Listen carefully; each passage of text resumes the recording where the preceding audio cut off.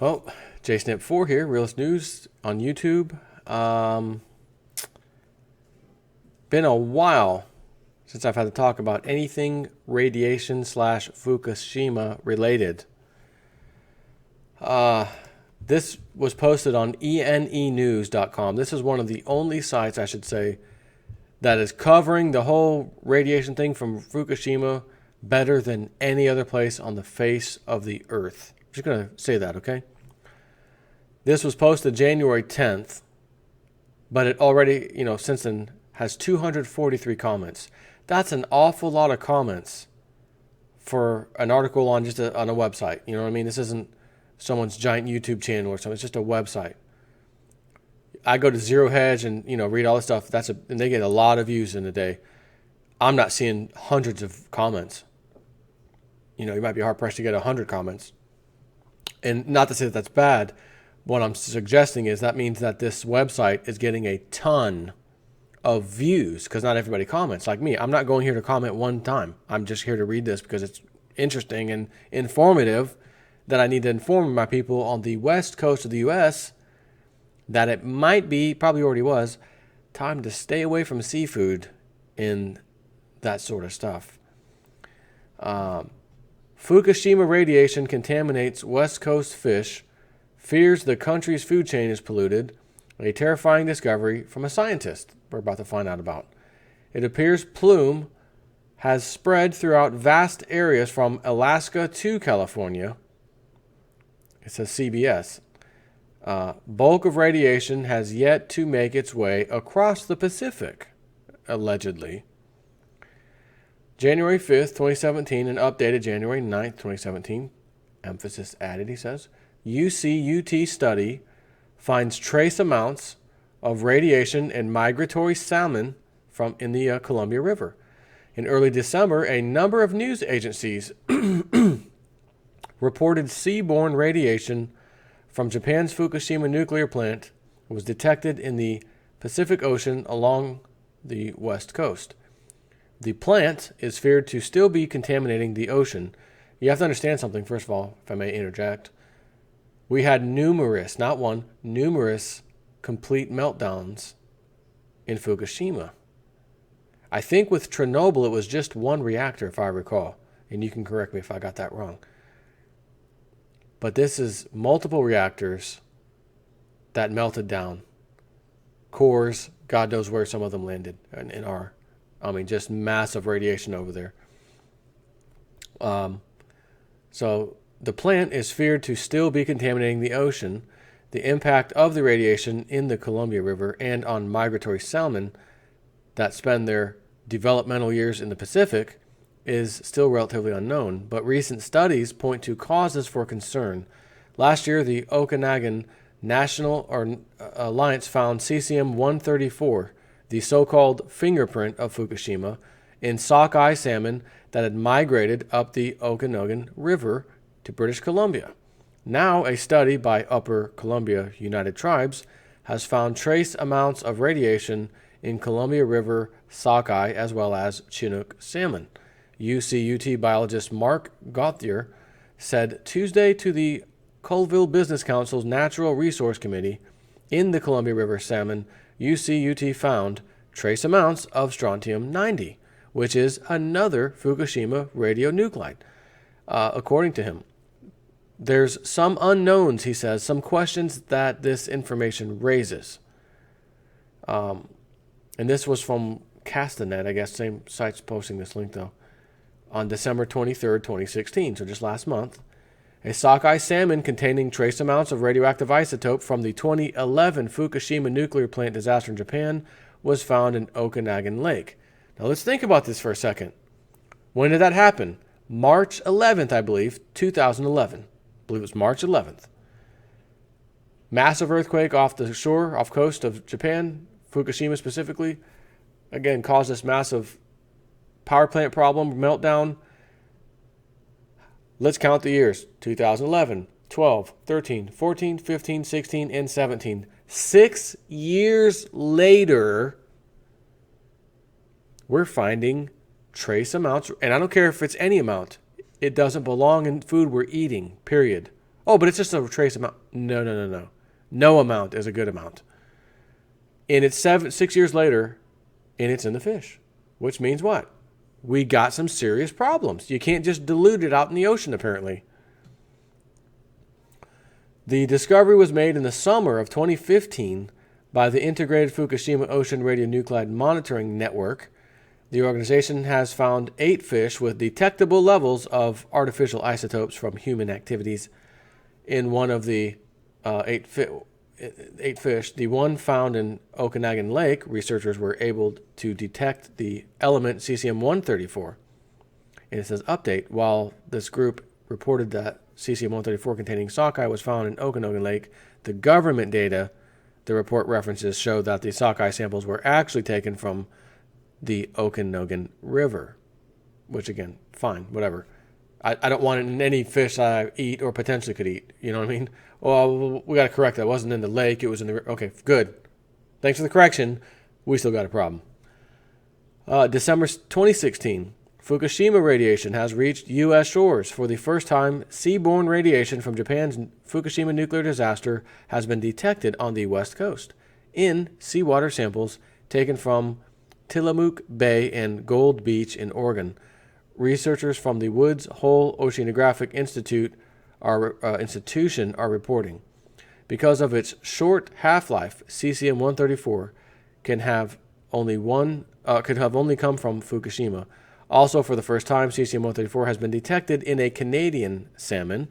The Fukushima INFORM project, led by University of Victoria chemical oceanographer Jay Cullen, is reporting the Oregon samples marking their first time, cesium-134 has been detected on U.S. shores, were taken in January and February of 2016. This INFORM group reported that a single sockeye salmon sampled from Okanogan Lake in summer of 2015 had tested positive for cesium-134. There is no significant risk to consumers, Cullen said.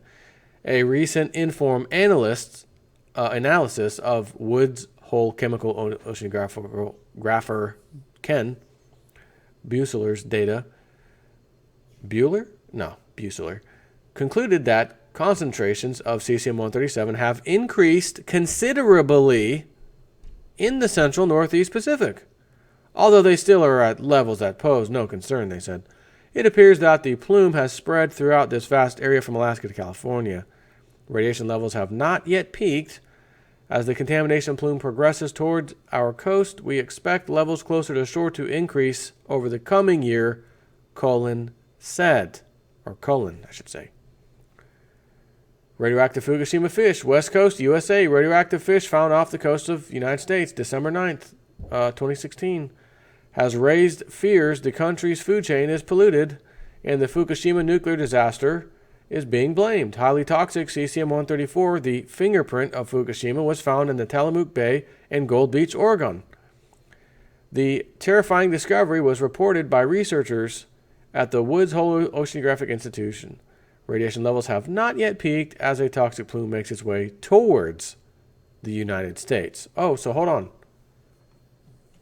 As a toxic radiation plume makes its way toward the United States.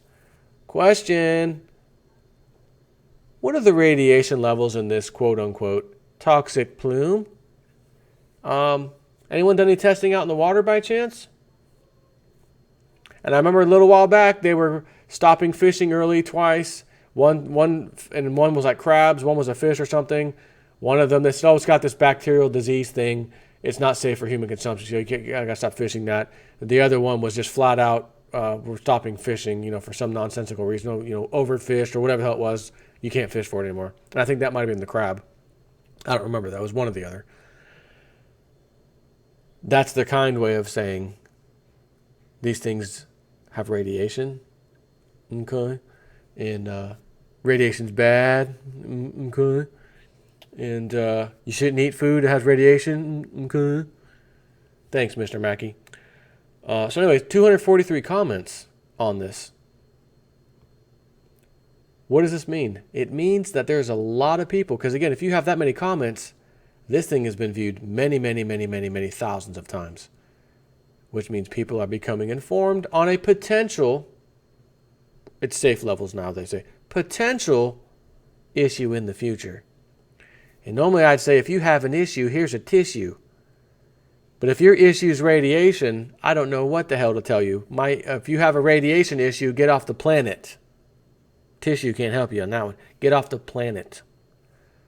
Or stop eating your fish. But you might argue other animals eat fish potentially, or sea critters that may somehow get into our food chain, that something else ate, then we ate that something else, and the old saying, you are what you eat, I think plays a role.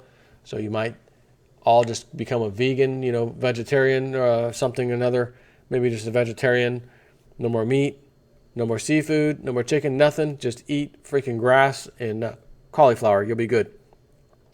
And I'm going to be the first to tell you, I couldn't go vegetarian. I don't think it would be even possible, even if my life depended on, nuclear bombs went off all over the country, everything's down, and there are just vast gardens of veggies.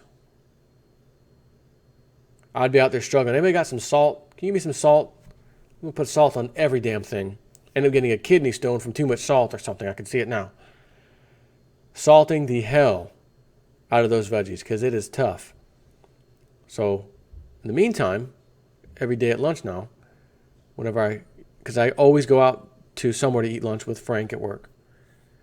His dad watches my channel sometimes. I was talking to him the other day at lunch, Frank. He's like, "Oh yeah, my dad said he watched one of your videos the other day. He said something about me and my buddy Frank were eating lunch." I said, "Oh, I say it all the time." The people have asked me a couple times, "Get him on the show. Get Frank. Let's have Frank come chat one day. Bring him on. He clearly knows what the hell's going on, just like you. Yeah. Well, Frank, we talk about stuff every day, man. It would be cool. But where I live is way the other way than where Frank lives. But maybe one day. You never know.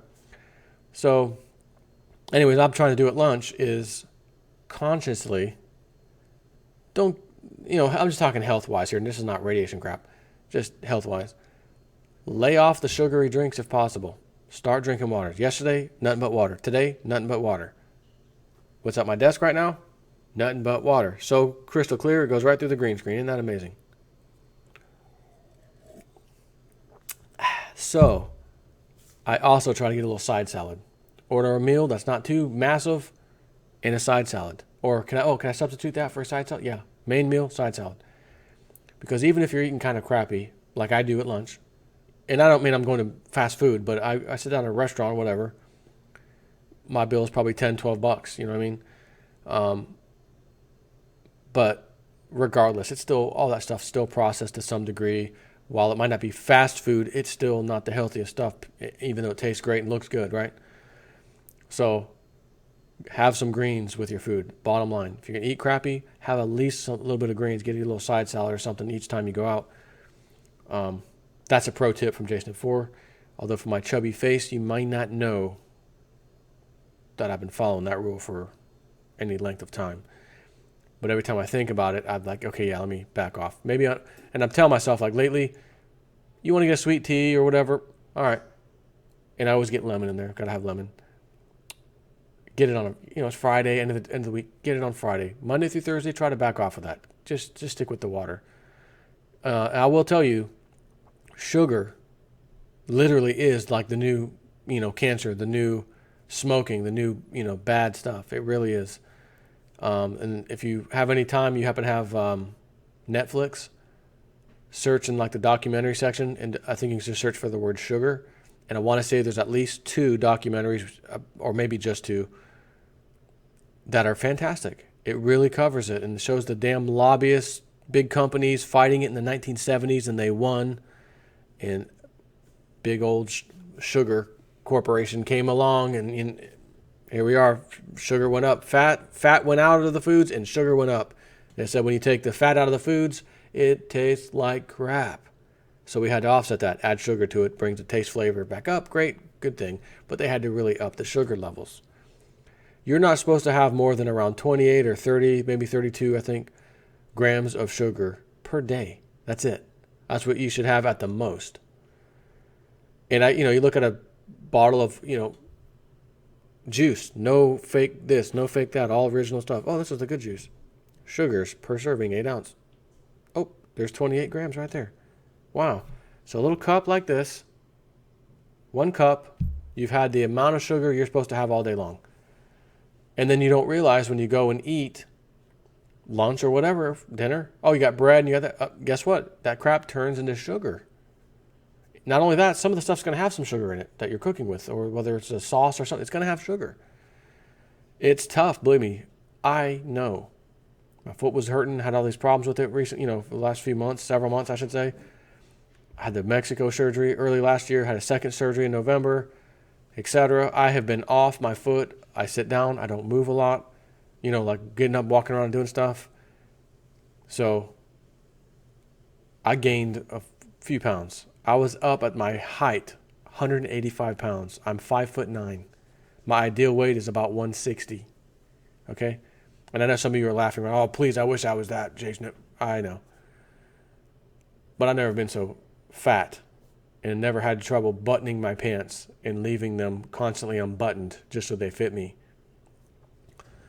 But my wife sent me some stuff. She's like, look, this family did a little test. They went off of sugar, completely off of sugar, just got it out of their diet completely for like 2 weeks. And I think in less than 2 weeks, if I recall, they had lost like substantial, noticeable, like, wow, weight, like, oh, there's 6 pounds gone, 8 pounds gone. Whoa, one person in just like a week's time or something. It was crazy. So, man, it's hard. I'm at the grocery store. Oh, we hadn't had ice cream in a long time. Oh, we haven't had those little, whatever the hell, those little chocolate ice cream cone things. They got the 3 different flavors, drumsticks. Mommy never gets this crap. Mommy never brings this crap home.